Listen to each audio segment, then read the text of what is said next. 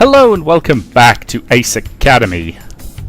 God, they all look a bit stern, don't they? And given that I'm starting this one with a minor apology, that makes things awkward. Anyway, so yeah, sorry for only getting 20 parts out last week. You know, I do aim for 25, but you know, I was intended to record 5 more on Friday, and then just a whole bunch of stuff came up, and I just did not have time.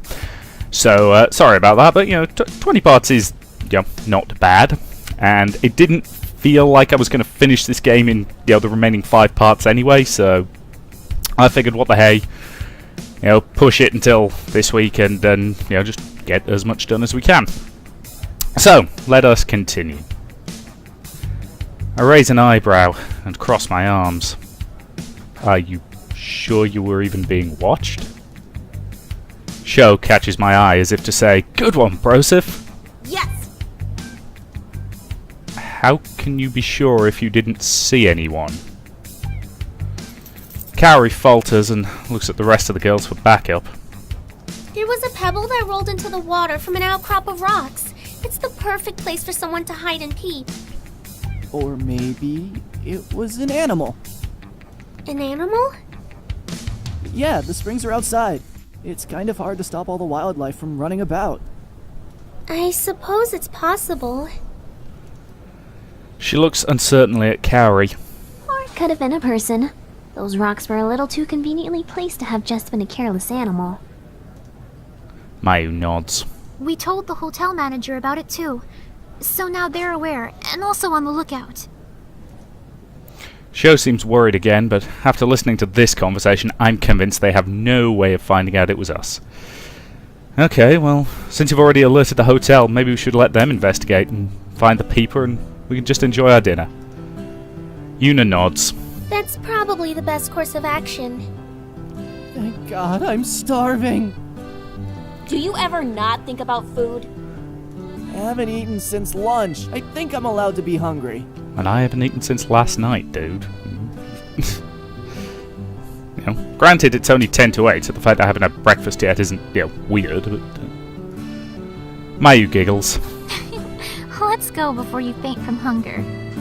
I hope the food is good. Me too. The tension lifts as we walk towards the dining room. That was too close for comfort. When we arrive at the dining hall, we settle down at our table.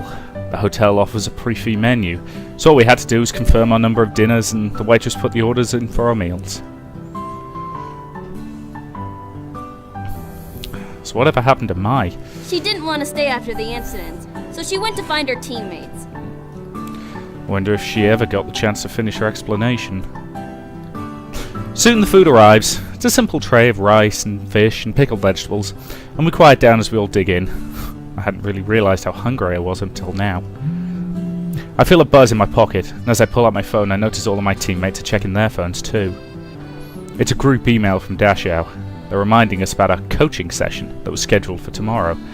It seems they've received confirmation that Coach Ivan will be on campus to give us a few pointers before our match on Thursday. Yuna wears a broad grin. Did you all get that email? Yeah. I'm so glad Coach Ivan will be on campus. Me too! Oh, he's one of my idols. Really? Of course! He's a wargame legend.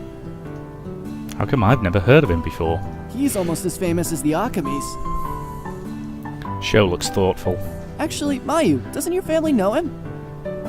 Yes, but not very well. They respect each other, of course, but aren't close friends. That's why I've never met him. I'm looking forward to what he can teach this team. There's a reason why he's won 3 championships and received the MVP award twice. Sounds promising. Wow, this guy sounds impressive. I heard no matter where he goes, he always wears his signature helmet. Ah! So he's a bit of a tool then. I mean, don't get me wrong, I'm the guy who's always saying, more helmets, more helmets, more helmets. Especially in anything that involves, fencing. It's interesting, I was watching a breakdown done by another HEMA fighter where he's talking about the Battle at the Tower of Joy in Game of Thrones. And his, pretty much his opening comments after he does all the spoiler warnings and that kind of stuff is it's really great to see these people actually wearing helmets for these fights. Because let's face it, if you can only afford one piece of armor in the medieval times, you buy yourself a helmet. Because let's face it, lots of important things in there, lots of squishy stuff. Anyway, Valerie's heard of him too. Huh, I've heard that too. I wonder if he'll wear it tomorrow. Probably. The team continues to talk excitedly about tomorrow's training session. I soak in each story or rumour the team shares about him, and the more I hear, the more enthusiastic I feel about meeting him. After we finish our meals, I want to take another dip into the hot spring. After all, my first session was kind of interrupted. Sho happily agrees, but the girls firmly refuse. They say their good nights, and they retire to their rooms. Sho and I relax in the hot water until we're both stifling yawns, and then we decide to return to our rooms as well. After all, we have an early morning train to catch. I'm exhausted and collapse onto my bed, and as soon as my head hits the pillow, I fall asleep. I'm woken up at the crack of dawn by the most irritating clucking noises. Apparently Sho's alarm is of a rooster crowing. Bruh, why? After unceremoniously stifling yawns and getting dressed, I make a quick sweep of the room to make sure I packed all my things. Sho had to make 2 sweeps because he kept yawning during his first and forgetting where he'd already looked. I do wish they wouldn't use the Y word. As in Y-A-W-N. Because if I read that word... Well, I once typed that word and then immediately did that thing. Let alone saying it. I mean, that's just asking for trouble. We're all silent as we meet in the lobby. Mayu and Kaori are both wide awake and as perky as either of them could ever be. Yuna and Valerie seem more exhausted than Sho and I. I wonder what was going on in their room. Pillow fight! I apologise, but not very... I don't mean it that much. Before my mind can wander too far, I snap back to reality and glance guiltily at Kaori, who has her eyes narrowed. Can she read my thoughts now too? It's a good thing I wasn't thinking anything perverted. Still in silence, we make our way to the train station, and the train ride home feels even longer than the ride to the hot springs. I resist the urge to ask, are we there yet? After what feels like an eternity, we arrive at Isokaze. Finally! Napping on the uncomfortable train was nearly impossible, and my thoughts kept drifting towards my nice, warm bed. I say a quick goodbye to everyone and practically speed home, and as soon as I arrive I make a beeline for my room and collapse onto my bed. Bright sunlight shines on my face and I slowly blink my eyes open. Then I jolt upright in bed. What time is it? Did I miss the coaching session? I fumble around looking for my clock, but it's only 11 AM, and Coach Ivan won't arrive until mid-afternoon. I have plenty of time. In that case, I wonder if anyone is free. I feel like we haven't seen Sho for a bit. Or, you know what I mean. Just as I decide what I want to do, I get a phone call from Sho. What's up, Broseph? No. Jeez. I pull the phone away from my ear. What do you mean, no? You can't call me Broseph. Broseph is your name, Broseph. Okay. What's up? What are you doing this fine evening? No specific plans? Excellent. I'll meet you at the Isokaze Park. Why? What's going on at the park? You'll see. See you in a few. He hangs up before I can pry for more. Well, whatever it is, if Sho's excited, it's got to be fun. I hop onto my bike and drive to the park. Tantalising scents of food waft towards the street, enticing passers-by. And as I search for a parking space, the park's illuminated with hanging lanterns and packed full of stalls. Is this some type of festival?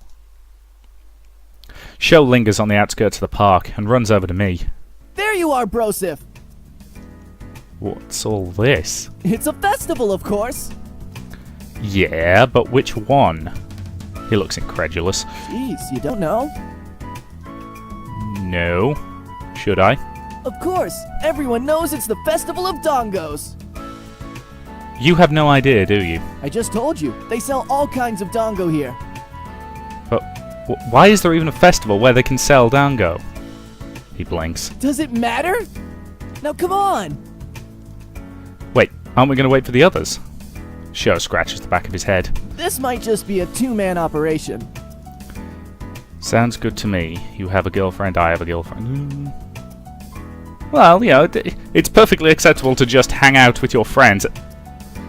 Oh god, I just thought of... Oh! Sorry. Incredibly bad pun incoming. But, technically yes, we do have girlfriends. But as we all know, shows before hoes. I'm so proud of myself for that pun. I'm so sorry. Sounds good to me. I nod. Justice, guys? Yeah, I'm game. Then let's get started! The Adventures of Broseph and Sho! I nod. Sho seems to be in an extra good mood. And we enter the throng of people and browse the different stalls. This area sells all sorts of crafts and clothing. A small doll dressed in a fitted kimono catches my attention. I stop Sho and inspect it further. The wooden doll has hair as black as night and a dainty face with blushing cheeks and red lips. Maybe Yuna would like this. Well, if I'm not making the decision, it's probably a reasonable choice. How much for this? The vendor names his price and I pay it. Sho cautiously watches the transaction. Interesting choice. Is that a new thing you're into? It's a souvenir for my girlfriend. Sho's eyes go wide. What? You can't go buying souvenirs! Why not? Because now I'll have to buy one too! Sure, you can get one too. Oh, not this. I can't get the same one as you. She might find out and then she'd be upset. Okay, then we'll look for something else. Ready for some food? Always. That's what I like to hear.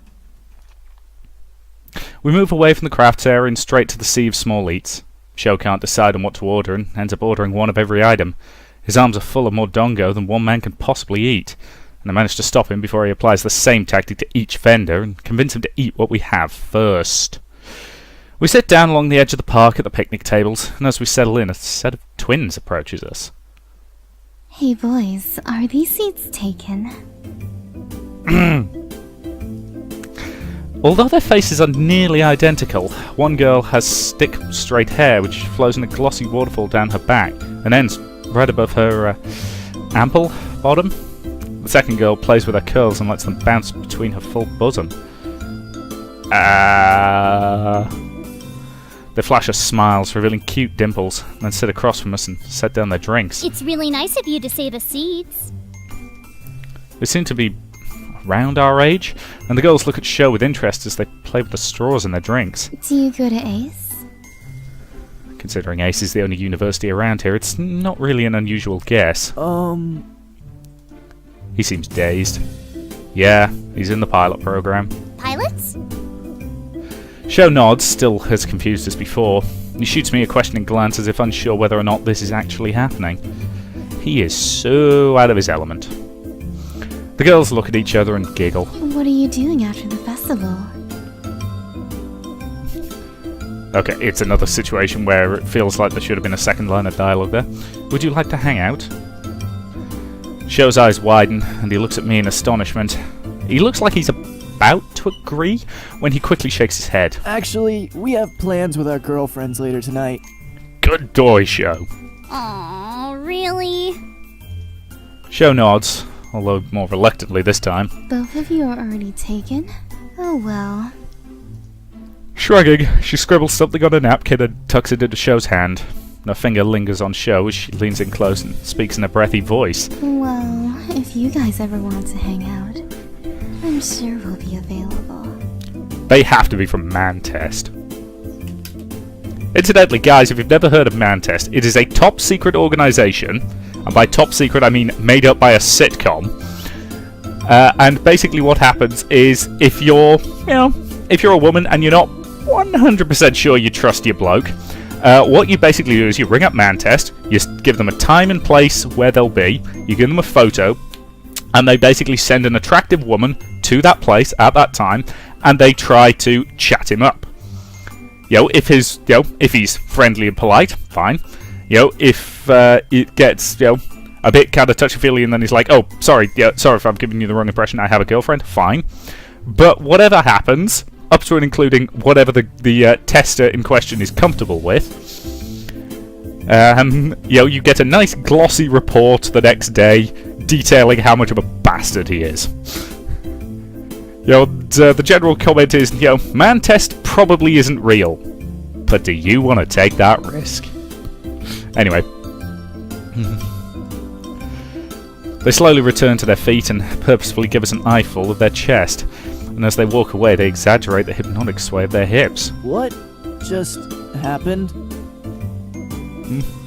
The magic of not being single, dude. You don't know? Sho looks at me with intrigue. You're forbidden fruit now, Mr. Shinjaro. He blinks. Huh? What do you mean? Now that you're spoken for, you get a lot more attention from girls, my friend. That doesn't make any sense. How would they know I already have a girlfriend? We just met. They've got a secret sense for these things. You know what women are. Sho nods. They have a lot of secret senses. Oh god, so many. I remember reading that once you're in a relationship, you carry yourself with more confidence. You don't appear desperate or needy, which makes you more appealing. But who wants to talk about that psychological mumbo-jumbo? I think that was a fluke. A fluke? Yeah, I've tried so hard to get a girl's number before and met with a 0% success rate. This was just a random outlier. You don't sound convinced. You're not wrong. Okay, here, watch. I watch as Sho stands, and he spots another girl our age waiting in line to get some food, and approaches her. They chat for a while, and when the girl pulls out her phone, Sho looks shocked. He furiously shakes his head and retreats back to me as the girl sadly looks on. What was that about? I tried to get her number, and then she was about to give it to me? What is happening? The younger me would have killed for this power that I cannot use! Yup, that's called irony. I pat Sho on the back. Don't know what to tell you, man. Sho sinks into his chair and sniffles. Never thought I'd see the day when Sho would be sad that girls are into him. We spend the rest of the evening checking out the festival and fending off single girls. Much to Sho's anguish. Once we've seen everything there is to see, we go our separate ways and I head home. Oh, and Sho, get rid of that girl's number. Trust me, it'll only lead to awkward social situations. I've played enough of these games to know that'll happen. It's about time for our session with Coach Ivan. I double-check my email and make my way to the pre-combat room. That's where we're supposed to meet him. As I walk in, I see the rest of my team crowded around the holotable. I can't believe he sent all this. This is incredible. Yuna grins. Yup, this consultation isn't just for the pilots. It's for everyone on the team. Sounds fun. Valerie scrolls through the projected hologram, pausing at an image of a gear loaded with statistics. And as I approach, I can make out what looks like all the game plans of previous professional matches, complete with the sketches, tactics, movements and calls. This sort of edited information is incredibly valuable for all parties on the team. Sho's the first to notice me. Brosif! Once he stands my arrival, the rest of my team grin or wave at me. Hey guys. Sho puts another arm around my shoulder. Are you ready to meet Ivan? You know it. There's nothing left to do but wait for Ivan to arrive. Valerie and Mayu continue to scroll through the holotable while the rest of us take seats on the couches lining the walls. What do you guys think Coach Ivan is like? I've got to be honest, with a name like Coach Ivan, I'm hoping for an incredibly thick Russian accent, just for the hell of it. I mean, the thickest Russian accent I've ever heard in the wild belonged to one of my university lecturers who, I'm pretty sure I've talked about it before, but no joke, his name was Professor Vladimir Vladimirov. I wish I was making that up. Is Carrie nervous? She keeps a cool facade, but her gaze constantly darts towards the door. I heard he's the shot caller on his team. He's the one leading the tactics and pulling in the high numbers. Mm-hmm. He's even received the MVP award twice already. I remember they'd mentioned that yesterday as well, and I racked my brain trying to understand why I hadn't heard of him before. The only player I remember who won 2 MVP awards on the national stage is Strong Arm Gear. Right. That's his alias for the global stage. You pronounce that word Elias, everybody else pronounces it alias. Oh well. I always thought it was a little strange that he never even took off his helmet for interviews. He doesn't need to. He doesn't even speak in interviews. Harry nods. Is it just me, or is this guy sounding like some sort of, mecha piloting Daft Punk? What? That's his persona, and it's worked really well for him. It's a girl, isn't it? I could just see that being the twist, Hearing all this just makes me even more curious about what kind of person Coach Ivan is. Wait, how is he going to coach us? Does he even know how to talk? Don't be stupid, Sho. Of course he can talk. Carrie blinks. I think. Actually, I've heard rumors that his face was half burnt during a racing motorcycle accident. That's why he always wears a helmet. I think I remember reading that too. Ouch. I cringe just remembering the rare couple of times I fell off my bike. Don't even imagine how painful it would be to fall off my bike while racing. What if he's scary? I've heard he yells at first-year pilots. Or worse. Okay, Valerie. Stop taunting Mayu. Mayu's eyes widen. What? Valerie pats Mayu sympathetically on the back. It was nice knowing you. No. But why? Her eyes well up with tears. Stop being mean, Valerie. Don't listen to Valerie. She's just teasing. Valerie smirks. Or am I?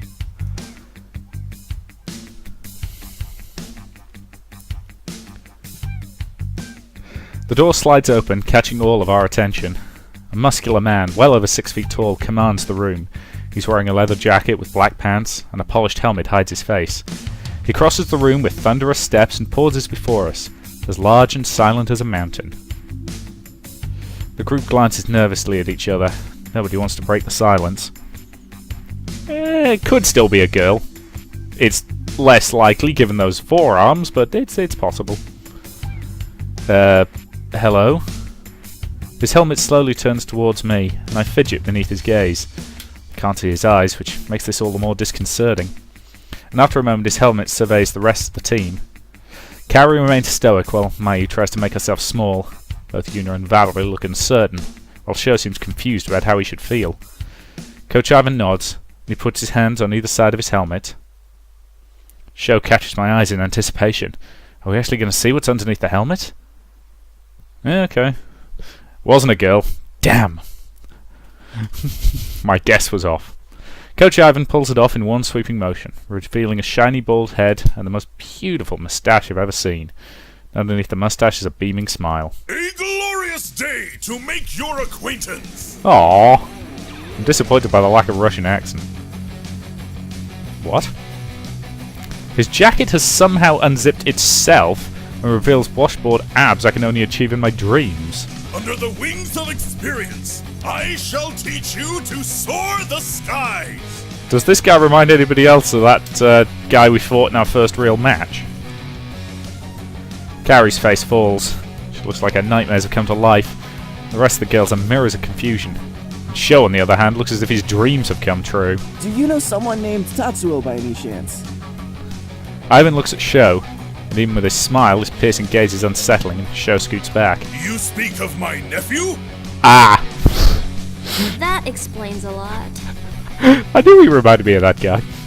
Who, incidentally, is still the best character in this game. It's one of those things. At once sad he hasn't turned up again, I'm glad of it. Because it's one of those characters who only works in small doses. Too much, and I'd have wanted to kill him, but anyway. Yuna stands up. Hi, Mr. Podubny. Thank you for agreeing to coach our team this afternoon. Utter not my family name, for formalities between friends must not exist! Oh god. This family. Okay. Ivan, thank you. He nods. Of course, we will begin with lesson 1.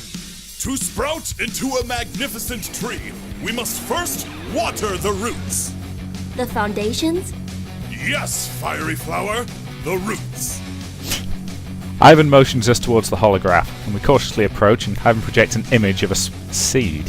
First, The seed requires sunlight, water, carbon dioxide, and rich soil. Okay, we appear to have gotten to a botany lesson. The key to remember is the symbiotic relationship between plant and environment.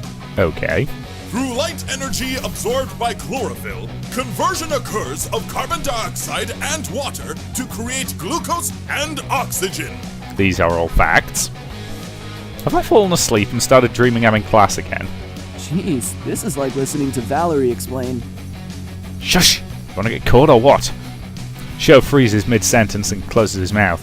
Valerie eyes us suspiciously and shrugs and resumes listening to Ivan ramble about some plant mumbo-jumbo. Understood? He's met with silence. Ivan uses his fingers to elongate his mustache in great thought. Demonstration will triumph explanation. Yes, please.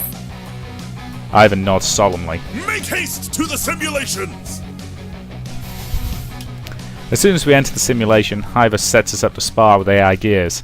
Once the match is over, he points out where we lost focus or how we could have prevented getting hit, and gives us suggestions on how to tighten up as a unit. And once he's shared his insight, he sends us back in for another round. While we fight the AIs, Ivan and Valerie talk quietly about simple fixes to our gears. He seems pleased by what Valerie shares with him, and I assume she mentioned the original tweaks she added to our gears when she first joined the team. And the more Valerie talks, the more animated Ivan becomes. Yuna watches everyone closely and jots down notes on her tablet. I have a feeling she's recording feedback on our session with Coach Ivan, as well as recording feedback from our simulated matches. Based on just the brief notes Ivan provided on our first match, our second match felt worlds apart from the first. It's quite apparent why, won 2 MVP awards, he truly lives up to the title of Strong Arm Gear. So long as you can decipher what he says.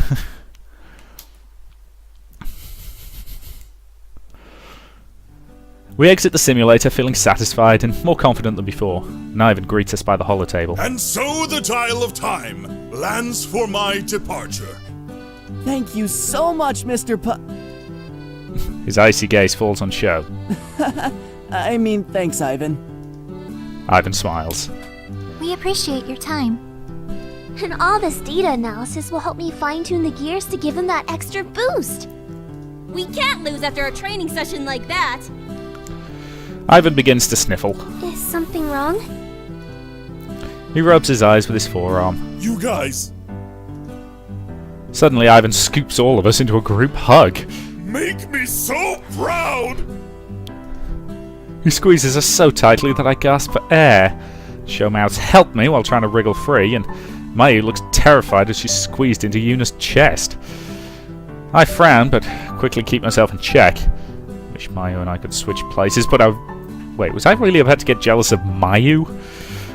Valerie tries to hug Ivan's arm, while Carrie looks like a deer in headlights and struggles to break free. Ivan doesn't notice. Hey! After one last squeeze, he releases us and lets out a deep sigh. And so the nest perch on the branch finds its awakening. Go forth, hatchlings! Oh god, this guy. His helmet magically materializes in his hand, and he puts it on and zips up his jacket, and offers us a final thumbs up. We wave goodbye as he heads out, calling out our thanks to his retreating form. Man, I am so pumped for our match tomorrow. Me too. Should we get some practice in while we can? Carrie shakes her head. I think Valerie needs to make the recommended calibrations first. Yep. They aren't major control changes or anything, so you won't feel a difference while piloting. You'll just get better energy efficiency based on piloting patterns Ivan pointed out. Carrie nods. That's exactly what we need. Huh, okay. So, what do we do until then? It is reading week. Yeah, you guys really should be, revising, possibly. No, Mayu, don't say it. No! Carrie covers her ears. Idiot! What's wrong with you? Anything but that. So, Mayu interlocks her arm with Sho's. it won't be that bad. I promise. Sho glances at Mayu's smile, and his own face lights up. Okay. We'll talk to you guys later. Idiot. Mayu smiles, and the two of them are off. You're all good then, Valerie? Yep, I'll send a text when I'm done. Okay, thank you. I'd better get to studying too.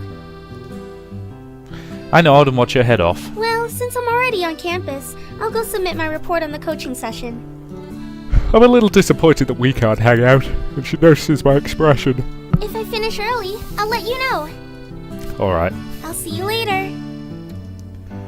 I wave goodbye. You want some company? No, it's okay. I'll be doing some boring stuff anyway, and I'm not a fan of over-the-shoulder spectators. I nod. Alright, let me know if you need anything. Sure.